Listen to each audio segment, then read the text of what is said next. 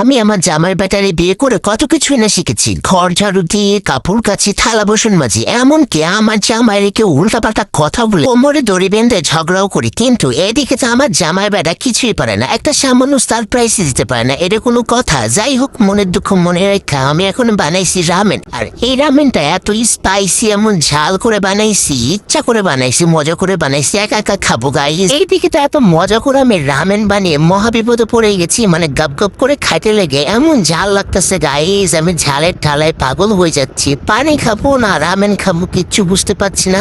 এইদিকে তো রামেন দেখে রামেনের লোভও সামলাইতে পারছি না।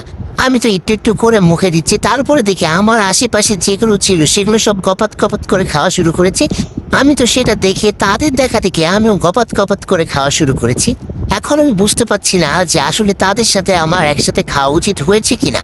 আমার তো মনে হয় ভুলই হয়ে গেছে, আলাদা করে খেলে মনে হয় আমি গপাত গপাত করে খেতে পারতাম পরে। আর এই রামেনটার মধ্যে জন্মের ঝাল দিয়েছি, মানে যা ঝাল ছিল সবকিছু দিয়ে মনের মতো ইচ্ছা মতো করে খাইছি, যেন বেশি মানুষ খাইতে না পারে, আমি নিজে গপ গপ করে খেতে পারি।